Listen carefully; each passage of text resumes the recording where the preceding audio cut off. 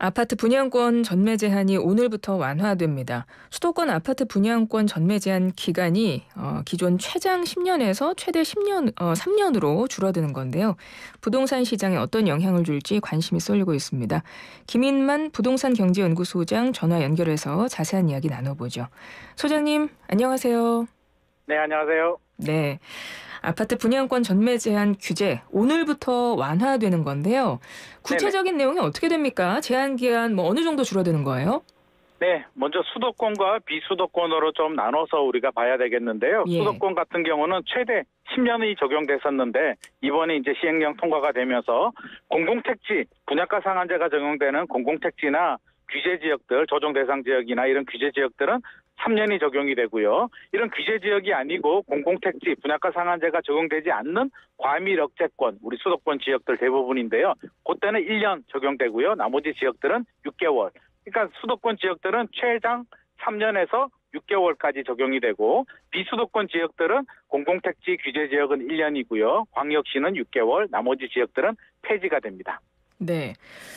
전매 제한 완화, 그러니까 기간이 그 전매 네네. 제한한 그 기간이 대폭 축소된 건데 수도권은 최대 10년까지 했던 것이 적용 지역 같은 경우 규제 지역, 공공택지, 분양가 상한제 이런 데는 3년, 그리고 대부분의 지역은 한 1년 정도로 줄어든다고 네네. 봐야 되는 거고, 비수도권 같은 경우는 최장 4년이었던 게 한 1년, 6개월 이렇게 단축되고 맞습니다. 이제 이런 데는 말씀이시죠. 네네. 근데 이게 시행령 개정 이전에 분양을 마친 아파트에도 소급 적용된다고 하던데요. 이 부분도 설명을 좀 해주시죠. 네, 소급 적용이라고 한다면 먼저 시행된 단지들, 그러니까 먼저 분양을 하고 적용된 단지들 같은 경우 예를 들어서 둔촌주공 올림픽파크 포레온을 제가 예를 들어보면 예. 올림픽파크 포레온이 이제 작년에 분양을 했는데요. 그때 법으로는 8년이 적용이 됩니다. 최장 8년이 적용이 되는데 지금 이제 법이 바뀌어서 오늘 4월 7일부터는 1년이 적용되는데 이게 이미 8년이 적용이 됐지만 소급 적용을 해서 1년으로 당겨서 미리 적용을 해주기 때문에 나는 작년, 재작년에 이미 적용을 받아서 8년 이렇게 오랫동안 전매 제한에 걸린다. 어떡하지? 걱정하시는 분들은 소급 적용이 되기 때문에 3년이 될 수도 있고요. 용산구나 강남구 같은 경우는 3년이 적용될 것 같고 이게 올림픽파크 포레온처럼 이런 수도권 지역인데 비규제 지역들은 1년. 또 나머지 지역들은 6개월이 적용되기 때문에 나는 예전에 대상이 됐다 걱정하지 마시고 이번에 발표되는 걸 그대로 기준으로 삼으면 될 것 같습니다. 그렇군요. 지난해 12월에 당첨자 발표한 둔촌주공 같은 경우에는 그러니까 올해 12월까지만 제한 기간인 거죠? 그렇죠. 지금은 못 팔지만 12월이 되면 팔 수가 있습니다. 지금은 전매 제한 기간이 1년이니까. 네네네. 예. 그리고 그동안 부동산 거래가 줄어들면서 사실은 부동산 시장이 냉각이 됐었고 정부가 규제 완화 정책을 그래서 내놓은 걸 텐데 1.3 대책에서 여러 가지 규제를 풀었습니다. 그중에서 규제 지역이라던가 전매 제한 완화한 내용이 있고, 그리고 당시 1.3 대책에는 뭐가 포함이 됐었냐면 실거주 의무도 폐지한다고 담겨 있었거든요. 네, 맞습니다. 예. 그런데 이제 이 부분 같은 경우는 아직까지는 좀 안 되는 거죠? 불가한 거죠? 네, 이게 차이가 있는 게 이제 1.3 대책에서는 전매 제한 못 팔게 하는 것도 팔게 해주고 의무로 거주를 하는, 그러니까 2년에서 5년까지 의무로 또 거주를 해야 되는 규제도 있었는데요. 이게 차이가 뭐냐면 의무 규제 같은 경우는 국회에서 법 개정을 해야 되는 사항이고요. 전매 제한은 법 개정이 아니라 시행령을 통해서 정부가 이제 국무회의를 통해서 할 수 있기 때문에 국회 통과가 안 되는 부분, 시행령이 되는 부분은 전매 제한이 이번에 이제 적용이 되는데 실거주 의무는 국회 통과가 해야 되는데 지금 국회에서 처리를 못 하고 있기 때문에 실거주 의무는 여전히 남아 있어서 시장에는 상당히 혼선이 있습니다. 제가 앞서서 올림픽파크 포레온 둔촌주공이 이제 올 12월 되면 전매할 수 있다, 팔 수 있다라고 제가 말씀을 드렸는데 전제 조건은 실거주 의무가 폐지가 돼야 됩니다. 국회 통과가 돼야만 되는 거고요. 만에 하나 이게 국회 통과가 되지 않고 법 개정이 되지 않으면 실제로 거주를 해야 되기 때문에 전매 제한이 풀리더라도 거주 의무가 남아 있어서 팔지 못합니다.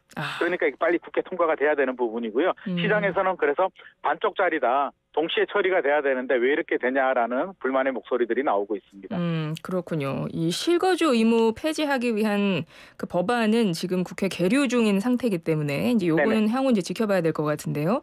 근데 오늘부터 일단 전매 제한은 완화되는 게 맞고요. 네네. 그러면 이 전매 제한에 대해서 조금 더 여쭤보면 아무래도 이 아파트 전매 제한 제도가 처음에 만들어진 거는 필요하다고 판단했기 때문에 만들었을 거 아닙니까? 네네. 근데 이제 어떤 점들이 문제로 인식이 되면서 이번에 완화하기로 한 건지 좀 그 배경도 설명을 해주시면 좋겠어요. 이게 전매 제한이라고 한다면 이제 분양권, 그러니까 아파트를 입주할 수 있는 권리를 사고 팔 수 있게 해준다는 건데요. 이게 부작용이 생깁니다. 사고 팔 수 있게 해주면 아무래도 투기 수요들이 생겨서 프리미엄이 붙게 되고요. 실수요자 입장에서도 나는 좀 저렴한 가격에 사고 싶은데 투자 수요들이 들어와서 프리미엄을 올리게 되고 가격을 올리는 그런 부작용들이 발생하기 때문에 문재인 정부에서 안 되겠다. 집값이 너무 올라가게 되고 이 고리를 잘라야겠다라고 해서 전매 제한 규정을 굉장히 강화를 했습니다. 예. 근데 이제 지금은 왜 풀어줬냐라고 하면 뭐 주거 이전의 자유 뭐 이런 뭐 침해다 이런 불만의 목소리들도 있었고요. 최근 부동산 시장이 침체가 되다 보니까 뭐 이야기들 많이 나오지만 건설 경기가 안 좋아지고요. 건설 경기가 안 좋아지니까 미분양이 늘어나게 되고 미분양이 늘어나면 그 건설 현장에 PF 대출, 프로젝트 파이낸싱을 해준 금융회사들까지 부실이 전이가 되면서 우리나라 경제 자체가 흔들릴 수도 있다는 점을 정부는 굉장히 좀 걱정을 많이 한 것 같습니다. 결국에는 실소유자들한테 도움이 되기보다는 분양 시장을 살려서 미분양을 줄이고 PF 대출 묶여 있는 금융사들을 좀 구제해 주겠다라는 목적이 좀 강하다고 저는 생각이 됩니다. 아, 그렇군요. 네. 전매 제한 완화 오늘부터 이제 시행이 되는 건데 그런 배경 네네. 속에서 이제 정부가 이 규제를 푼 것이고요.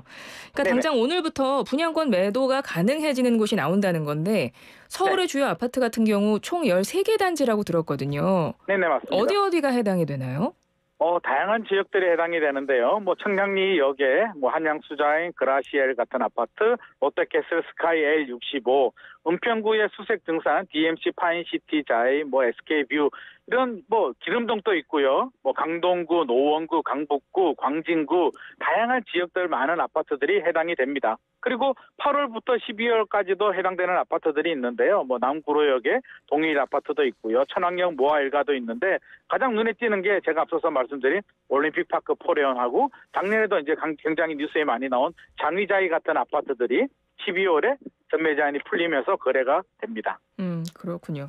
근데 앞서 이번에 전매 제한 그 규제가 완화되는 것이 그 배경에서 사실은 실수요자보다는 전반적인 부동산 경기에서 좀 이제 불안한 부분을 좀 해소하기 위해서 푼 측면이 있다고 설명을 하셨기 때문에 네네. 저는 이제 처음에 전매 제한제도 완화한다고 해서 아니 이게 신축 아파트로 내 집 마련을 원하는 실수요자들한테 희소식이 아닐까 좀 이런 생각을 했었는데 그 부분은 어때요? 그럼 희소식이라고 할 수 있는 정도는 아닌가요? 이게 뭐 그렇게 해석할 수도 있는데요. 예. 한 2년 전처럼 당첨되기 굉장히 어려워서 경쟁률이 굉장히 높아서 내 집 마련은 어려운 상황이라면 어차피 청약이 안 되니까 피 주고라도 분양권을 구입하겠다라는 논리가 적용될 수 있는데 네. 지금 미분양이 늘어나고 있고요. 최근에 청약 경쟁률이 일부 단지들 제외하고는 뭐 상당히 낮은 상황이기 때문에 실수요자 입장에서는 선택의 폭이 굉장히 넓어졌죠. 분양권을 뭐 전매해서 구입을 할 수도 있지만 네. 청약을 해도 되고요. 나중에 미분양이 나는 아파트들을 이렇게 또 구입을 할 수도 있어서 생각보다는 실수요자한테 엄청난 파격적인 뭐 혜택이라고 저는 보기는 좀 어렵지 않나 싶은 생각이 들고 이번 기회에 제가 잠깐 말씀을 드리면 네. 분양권을 이제 사고 팔 수 있게 됐단 말이에요. 네. 그러면 장점이 있습니다. 계약금 10%만 내고 그냥 집을 사게 되면 당장 대출을 받아야 되고 뭐 많은 돈이 들어가는데 분양권을 구입하게 되면 계약금 10% 내고 중도금 대출도 이제 허용이 됐기 때문에 2, 3년 정도 시간을 벌면서 내 집 마련에 돈을 마련해서 할 수가 있는 그런 장점은 있는데 단점은 네. 이게 잘못하면은 부동산 시장 불확실성이 해소가 되지 않고요. 장기간 이렇게 지속이 되면 분양권 전매라는 게 살 수도 있고 팔 수도 있잖아요. 그래서 그렇죠. 네. 투자 목적으로 무리하게 나 계약금 10% 내고 나중에 피가 붙으면 좀 팔아야지 하다가 이게 안 팔리게 되면 주택 시장이 침체가 돼서 안 팔리게 되면 나중에 문제가 되는데 과거에도 이런 사례들이 상당히 많았거든요. 그래서 예. 제가 당부의 말씀을 드리고 싶다면 실수요자들은 내 집 마련을 하는 실수요자, 자금이 되는 실수요자들은 뭐 괜찮겠지만 혹시라도 투기 목적으로 분양권 계약금 10%만 내고 프리미엄 차익을 남기기 위해서 여러 채 분양권을 구입할 목적이라면 저는 상당히 주의가 필요하다. 여전히 금리 인상에 대한 불확실성이 있고 집값이 굉장히 높은 상황이기 때문에 전매가 잘 안 될 수도 있습니다.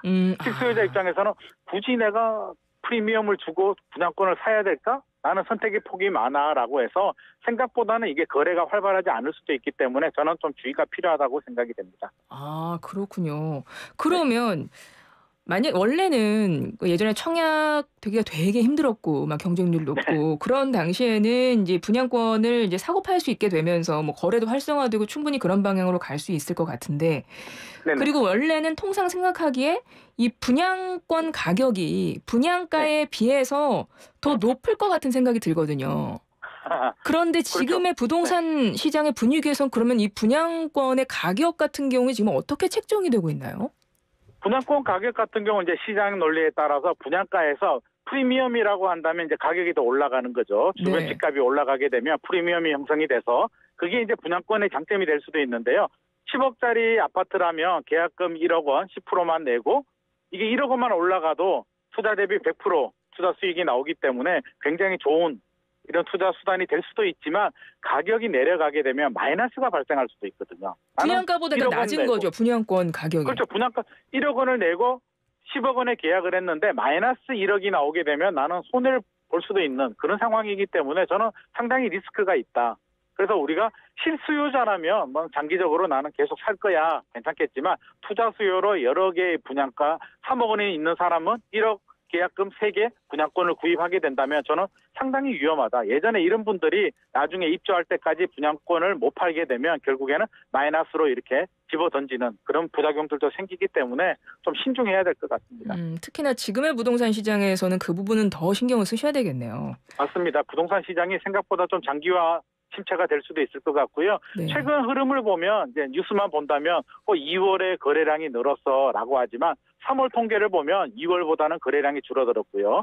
또 매수자들도 호가를 따라가지 않는 그러니까 지금 다시 또 침체로 접어드는 그런 분위기가 감지가 되고 있기 때문에 시장 상황을 좀 예의주시하고 좀 냉정해야 될 것 같습니다. 그렇군요. 그러면 분양권이 일단 풀릴 경우에 그렇다면 이제 주변 아파트 시세라던가 뭐 기존 아파트 매매가 영향을 주는 부분에 대해서는 어떤지 이것도 한번 짚어보고 싶거든요. 어떻습니까? 이게 만약에 집값이 막 상승을 할 때 우리 2020년, 2021년 분위기 같다면 분양권 주변 집값도 오르고요. 분양권 가격도 올라가게 되고 이런 상황이 생기는데 지금은 물량도 굉장히 많은 상황이고요. 올해, 내년, 후내년까지도 입주 물량이 상당히 많은 상황이어서 혹시라도 분양권 물량이 풀리게 되면 공급 과잉 우려가 있습니다. 분양권 물량에 기존 물량까지 겹치게 된다면 오히려 지금 현재 안 그래도 침체가 되는 주택시장이 더 빠른 침체가 될 수도 있는 그런 부작용이 있고요. 분양권 거래가 돼서 손바뀜이 되면 결국에는 입주할 때까지 또 그 물건을 팔아야 되는 경우들도 있기 때문에 물량 부담은 상당하다. 그래서 이게 당장 주택시장 활성화에 도움이 되기보다는 미분양 소진에 좀 초점을 맞춘 것 같습니다. 지금 건설회사들이 미분양이 늘어나고 아까 제가 말씀드렸듯이 PF 대출이 문제가 되기 때문에 정부 입장에서는 이 미분양 소진을 시키기 위해서 청약 전매 제한을 좀 완화해 준 거고요. 당장 부동산 시장 흐름 자체를 바꾸기는 역부족일 것 같습니다. 그렇군요. 근데 실질적으로 지금 수요가 별로 막 활성화된 상황이 아니잖아요. 네네네. 이런 상황에서 미분양 소진을 목적으로 전매 제한도 완화를 했는데 미분양은 그러면 그 목적대로 소진이 좀 되긴 할까요? 일부 지역들, 뭐 역세권이라든지 가격, 분양가가 주변 시세보다 좀 저렴한 뭐 예를 들어서 서울은 괜찮을 것 같습니다. 서울의 미분양 소진에는 도움이 되는데 예. 지금 미분양 상황을 보면 서울이 문제가 아니거든요. 지방 미분양이 문제인데 그러면 지방 미분양 소진에 도움이 되냐 그러면 저는 크게 도움이 되지는 않을 것 같습니다. 오히려 서울을 위한 대책이 아닌가 하는 생각이 들고요. 뭐 정부 입장에서는 풀어줄 수밖에 없는 상황이지만 자칫 지방 미분양은 소진이 되지 않고 서울 미분양이 소진이 되면서 지역 간 양극화 현상은 더 심화될 가능성도 배제할 수는 없습니다. 아, 그렇군요. 그리고 한 가지만 더 살펴보겠습니다. 네. 전매가 가능해진다고 해도 네. 사실은 이게 이제 세금 부분도 생각을 해봐야 되긴 할 것 같거든요. 네네. 예, 이건 어떻게 봐야 될까요? 뭐 양도세 같은 경우. 그렇죠. 지금 양도세 같은 경우에 기존에는 1년 미만은 양도세율이 70%가 적용이 되고요. 1년에서 2년 사이는 60%, 2년이 넘어가면 기본세율 6에서 45%가 적용이 되는데 1.3 대책에서 이 부분을 개선하기로 했거든요. 1년 미만 45%, 나머지는 기본세율로 하기로 했는데 아까 실거주 의무하고 똑같습니다. 결국 소득세법 국회 통과가 돼야 되는데 네. 이 부분도 계류 중이기 때문에 지금 엇박자가 나고 있습니다. 분양권 전매는 허용이 됐는데 양도세 단기 양도세 보유 중과세는 여전히 적용되고 있고요. 실거주 의무도 여전히 적용되고 있기 때문에 당장 시장에 어떤 효과가 나오기에는 어떻게 보면 반쪽짜리 정책밖에는 안 되는 것 같습니다. 결국 이런 정책들이 같이 아울러서 모두 다 통과가 되고 시장에 적용이 되어야만 본질의 효과가 나올 수 있을 것 같습니다. 예, 알겠습니다. 소장님 한 1분 정도 남았는데 끝으로 요거 네네. 하나만 여쭤볼게요. 네네. 아무래도 현장 상황을 가장 잘 아시고 이제 소비자들의 목소리들도 많이 들으실 것 같아서 네네. 이번에 전매 제한 완화와 관련된 규제가 이제 오늘부터 이제 풀리는 건데 요즘에 나오고 있는 이런 기사들을 보면서 사실은 실수요자들이 오해를 할 수 있는 측면이 있을 것 같거든요. 네. 그 부분을 조금 짚어주시겠어요? 저 이건 좀 신경을 쓰셨으면 좋겠다 하는 부분 간략하게 좀 짚어주시죠. 실수요자들 같은 경우에 이게 뉴스만 보고 헤드라인만 보면 이거 규제가 다 풀리게 되고 다시 또 집값 오르는 거 아닐까. 최근에 그런 뉴스들, 자극적인 뉴스들도 많이 나오고 있는데 예. 제가 분명히 말씀드리면 1월, 2월에는 이제 거래량이 늘어나고 호가가 좀 올랐지만 3월부터는 상황이 상당히 달라졌고요. 여전히 그 법률 통과 안 된 부분도 있고 최근에 서울의 토지거래가 연장이 됐습니다. 그래서 해지를 안 해줬어요. 그게 무슨 의미냐면 예. 정부의 정책 방향은 명확합니다.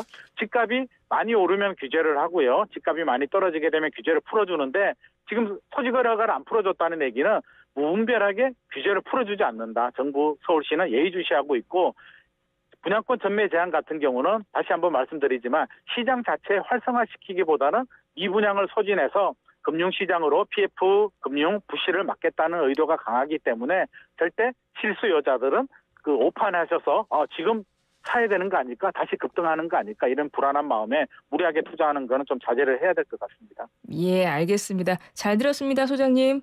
감사합니다. 지금까지 김인만 부동산 경제연구 소장이었습니다.